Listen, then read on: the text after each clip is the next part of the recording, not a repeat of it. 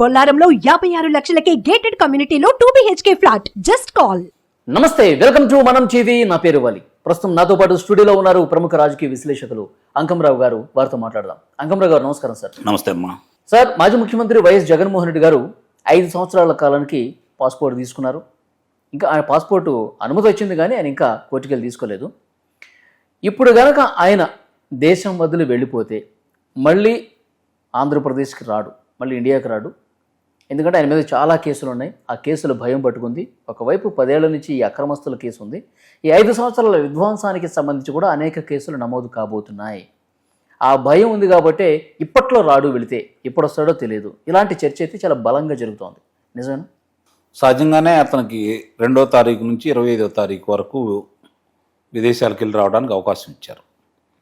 ఈ పాస్పోర్ట్ ఉదంతం మీద ఇప్పటికి ఇవాళ 14వ తారీఖు కాబట్టి ఈరోజు వరకు తీసుకోవాలి. నేను అక్కడికి వచ్చినా కూడా న్యాయస్థానం ఏముందంటే నువ్వు వచ్చి పూచీకత్తు ఇచ్చి సంతకాలు పెట్టి తీసుకొని వెళ్ళు అంది.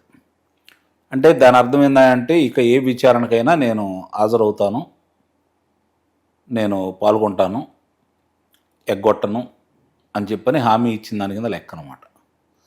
అది ఇవ్వటం ఇతనికి ఇష్టం లేదు. రెండోది ఏంటంటే సహజంగానే అతను అనుకున్న విధంగా ఆంధ్ర రాష్ట్రంలో ఇప్పుడు విధ్వంసాలు ఏం లేవు, నష్టాలేం జరగల. వరదలకు సంబంధించి కూడా ఏదో చేయాలని ప్రయత్నం చేశారు, అది కూడా సఫలం కాలేదు వాళ్ళు. కాబట్టి అతనికి ఏం చేయాలో పాల్పోవట్లేదు.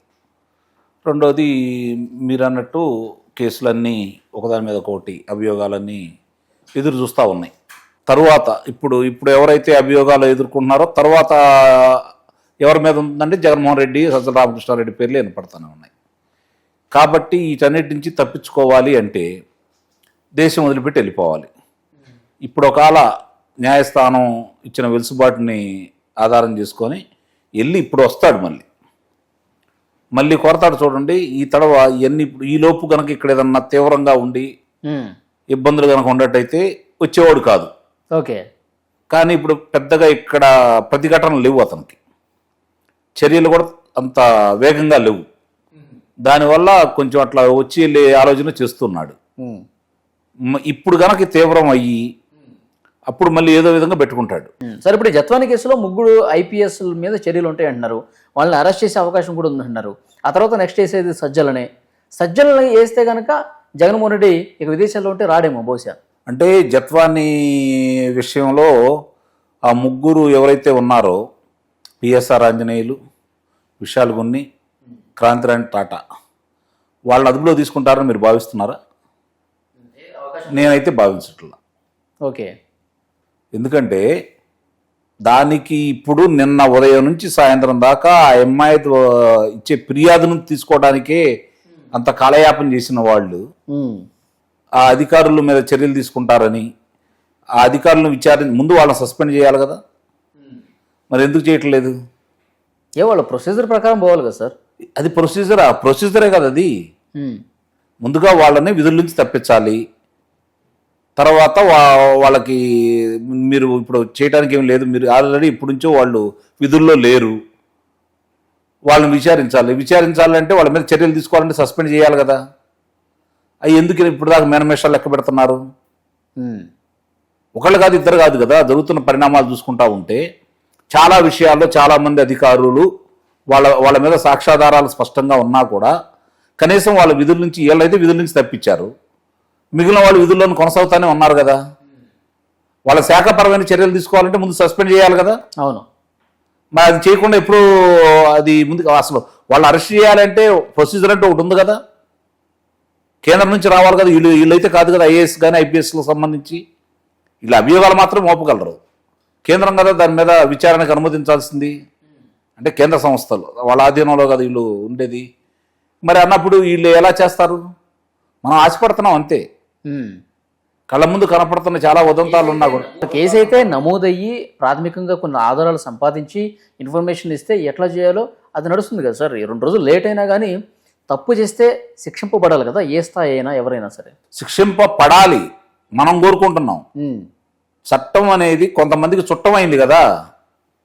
మీకు నాకు చట్టం, మీరు ఏదైనా పొరపాటు చేస్తే చట్టమైన చర్యలు తీసుకుంటుంది.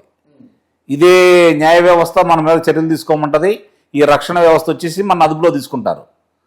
రక్షణ వ్యవస్థ న్యాయ వ్యవస్థ ఒకటైపోయిన తర్వాత మనం ఎవరికి చెప్తాం? ఇప్పుడు జరుగుతున్న పరిణామాలు ఏంటి? తీవ్రమైన అభియోగాలు ఎదుర్కొన్న వాళ్ళకి ఎలా వెలుసుబాటు కలుగుతుంది? ఇవన్నీ కళ్ళ ముందు కనపడతానే ఉన్నాయి కదా మనకి. నాకైతే నమ్మకం లేదు. ఇంకా జగన్ గారికి, జగన్ గారి అనుయాయులకి కేంద్రం అండ దొరుకుతుందనే చెప్తున్నారా మీరు? నిస్సందేహంగా ఇప్పటికీ ఉందనే నేను భావిస్తున్నాను. అందుకనే సత్వరం చర్యలు తీసుకోవడానికి వీళ్ళు మెనమేషాలు లెక్క పెడుతున్నారా అని అయితే నేను భావిస్తున్నాను. ఓకే, అందుట్లో ఎలాంటి సందేహం కూడా ఏం లేదు. ఇప్పుడు అన్ని అభియోగాలు ఎదుర్కొన్న వాళ్ళని పక్క రాష్ట్రాల్లో ఏ విధమైన చర్యలు తీసుకుంటున్నారు, చివరికి తెలంగాణలో ఏ విధమైన చర్యలు తీసుకుంటున్నారు, ఆంధ్ర రాష్ట్రంలోనే ఇలా చర్యలకి ఎందుకు వెనకాడుతున్నారు? ఓకే, ఇప్పుడు మొన్న నందిగం సురేష్ని అరెస్ట్ చేశారు సార్. ఇప్పుడు ఆయనతో పాటు ఇంకెవరు ఉన్నారు? లేలా అప్పిరెడ్డి, ఇంకా కొంతమంది ఉన్నారు కదా. వాళ్ళ అంశం తీసుకుందామండి. కేంద్రం ఏమని, ఇది సుప్రీం న్యాయస్థానం ఏమనిచ్చింది? అత్యుత్తమ న్యాయస్థానం ఏమనిచ్చింది? 3 వారాలు వాళ్ళ అదుపులో తీసుకోవద్దు, విచారణకు హాజరవుతారన్నది. అంటే వాళ్ళకి భయం ఉంటుందా? సహకరిస్తారా? సహకరించినప్పుడు అదుపులో తీసుకోవాలి కదా. ఆ వెలుసుబాటు లేనప్పుడు ఇంక మీరు ఏమి న్యాయం చేసినట్టు, ఏ విధమైన తీర్పు ఇచ్చినట్టు? న్యాయస్థానాలే ఇలా చేస్తే ఎలా? మీకు గనక నమ్మకం ఉంటే వాళ్ళు అసలు అదుపులోనే తీసుకోవద్దు, విచారణకు రావద్దని చెప్పండి. లేదంటే ఓకే, మీరు వాళ్ళ అదుపులో తీసుకోండి, మీ విచారణ మీరు చేయండి, దాంట్లోకి మేము వేలు పెట్టమని చెప్పండి. అలా కాకుండా ఇలాంటివి చేసినప్పుడు నమ్మకం ఏర్పడుతుంది? మామూలుకి ఏమైనా వెలుసుబాటు కనపడుతుందా? కొన్ని లక్షల మంది, వేల మంది కాదు, కొన్ని లక్షల మంది పెట్టి కేసుల్లో ఇరుక్కొని ఇప్పటి వరకు కూడా న్యాయస్థానం కనుక దాన్ని తీర్పిస్తే 10 రోజులు 20 రోజులు శిక్షలు పడే వాళ్ళకు కూడా కొన్ని సంవత్సరాల నుంచి ఇంకా కారాగారంలో మగ్గుతున్న వాళ్ళు ఎంతో వేల సంఖ్యలో ఉన్నారు, లేదంటే లక్షల సంఖ్యలో ఉన్నారు. కానీ రాజకీయ నాయకుడు వాళ్ళు వస్తున్నారు, పార్టీ వాళ్ళు నోటీసులు ఇస్తారు, లేదంటే అదుపులో తీసుకుంటారు. ఈ న్యాయస్థానం కాబట్టి ఇంకో న్యాయస్థానం కాబట్టి అత్యున్నత న్యాయస్థానం, వెలుసుబాటు కలుగుతుంది, బయటకు వస్తున్నారు. ఇంకెప్పుడు న్యాయం జరిగితే ఎప్పుడు శిక్షలు పడతాయి వాళ్ళకి? ఇప్పుడు వాళ్ళకి 3 వారాలే కదా సార్ ఇచ్చింది. 3 వారాల తర్వాత ఇప్పుడు 3 వారాలు ఇచ్చారు, తర్వాత ఎన్ని వారాలైనా ఇవ్వచ్చు కదా. జరుగుతూనే ఉంది కదా. చంద్రబాబు నాయుడు గారి ఉదంతా మనం చూస్తూనే ఉంటాం కదా.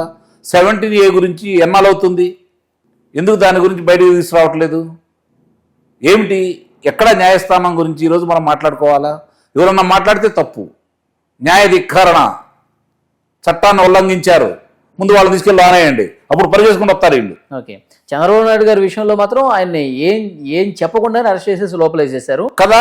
ఇక్కడ అన్ని ఉండా కూడా ఏ టైం భయపడుతున్నారు. ఇక్కడ జగన్ గారు కాదు, జగన్ గారు కింద ఉన్న వాళ్ళు అరెస్ట్ చేయడానికే ఇప్పుడు అదే నేను అనేది. అదే కదా, చంద్రబాబు నాయుడు గారిని ఏంటయ్యా అని అడిగితే ముందు మీరు పదండి, మేము తర్వాత మీకు వాట్సాప్ చేస్తాం, లేదా న్యాయస్థానాల్లో దాన్ని పొందుపరుస్తాం అని చెప్పానంటే, మరి చంద్రబాబు నాయుడు గారు 14 సంవత్సరాలు ముఖ్యమంత్రిగా చేసిన వ్యక్తి చట్టాలకు వ్యతిరేకించకూడదు, మన తరపున న్యాయం ఉంది కాబట్టి మనం పోరాడదామన్న ఉద్దేశంతో వెళ్ళాడు. వీళ్ళేమో అసలు ఇష్టారాయితం ఎక్కడ వెళ్తున్నారో తెలియదు. ఎవరెవరు నాయకులు చూసుకుంటా ఉంటే పిన్నెల్లి రామకృష్ణారెడ్డి సోదరుడు ఎన్నాళ్ళవుతుంది, 4 నెలలు పూర్తవుతుంది, ఎక్కడున్నాడో తెలియదు. గనుల వెంకటరెడ్డి ఎక్కడున్నాడో తెలియదు. ఏమిటి, ఎక్కడున్నాం మనం? ఎట్లా బయటకు పంపించగలుగుతున్నారు? రఘురామకృష్ణరాజు గారు అభియోగాలు నేర్పారు విజయరావు మీద, అతను పదవి విరమణ చేయించారు కదా. ఆ రోజు ఎందుకు అదుపులో తీసుకోలేదు? ఎందుకు వెలుసుబాటు కలుగజేశారు? ఇప్పుడు అతను ఎక్కడున్నాడు? ఇవన్నీ కళ్ళ ముందు కనపడుతున్నాయి కదా. అదే కదా జగన్మోహన్ రెడ్డి ధైర్యం. ఓకే, కానీ ఇంకా సార్ చంద్రబాబు నాయుడు గారు బలంగా కేంద్రం దగ్గర ఎందుకు చెప్పలేకపోతున్నారు? వాళ్ళు చాలా దుర్మార్గాలు చేశారు, ప్రజలు ఇబ్బందులు పడ్డారు, వ్యవస్థలు నాశనం అయిపోయినాయి, విధ్వంసం జరిగింది. సో మనం ఉపేక్షించొద్దు, చట్టం దాని పని దాన్ని చేసుకుపోవాలని చెప్పి చెప్పొచ్చు కదా. అదే ఇప్పటికీ నాకు అర్థం కావట్లేదు, సామాన్యుడికి అర్థం కావట్లేదు, మేధావులకి అర్థం కావట్లేదు, విశ్లేషకులకు కూడా అర్థం కావట్లేదు ఏం జరుగుతుంది అనేది. ఈరోజు దానివల్ల నష్టపోయే తెలుగుదేశం పార్టీ, అది గుర్తుపెట్టుకోవాలి. చంద్రబాబు నాయుడు గారు కావచ్చు, లేకపోతే లోకేష్ బాబు కావచ్చు, గుర్తుపెట్టుకోవాల్సిన అంశం ఏంటంటే, ఎన్నో ఆశలతోటి మీరు ఇచ్చిన వాగ్దానాలను నమ్మి గతంలో మీ పరిపాలన దృష్టిలో పెట్టుకొని, చంద్రబాబు నాయుడు గారి పరిపాలన దృష్టిలో పెట్టుకొని మనకి రాష్ట్రం అభివృద్ధి చెందుతుంది, ఇలాంటి దోపిడీ చేసిన వాళ్ళు దొంగలకి హంతకులకి శిక్షలు పడుతాయి అని చెప్పని సామాన్యుడు కూడా, ఇప్పుడు ఏ గ్రామం అయినా సరే గ్రామంలో కనీసం 5 నుంచి 10 మంది ఆ బాధితులు లేకుండా లేరు. ఆంధ్ర రాష్ట్రం మొత్తం ప్రతి గ్రామంతో సహా వాళ్ళందరూ కసికొద్దీ ఓట్లేసి గెలిపించుకున్నారు వీళ్ళని. ఈరోజు వాళ్ళు పథకాల కోసం వేరే దానికోసం చూసుకోవట్లా. ఓ పోలవరం రాజధాని, దాంతోపాటు వీళ్ళకు కూడా శిక్షలు పడాలి, ప్యారలల్గా రెండు జరగాలని కోరుకుంటున్నారు. కానీ ఆ విధంగా అడుగులు పట్టలేదు. అది తీవ్ర నిరాశకు గురవుతున్నారు వీళ్ళు. ఎక్కడ బట్టి అదే అసంతృప్తి.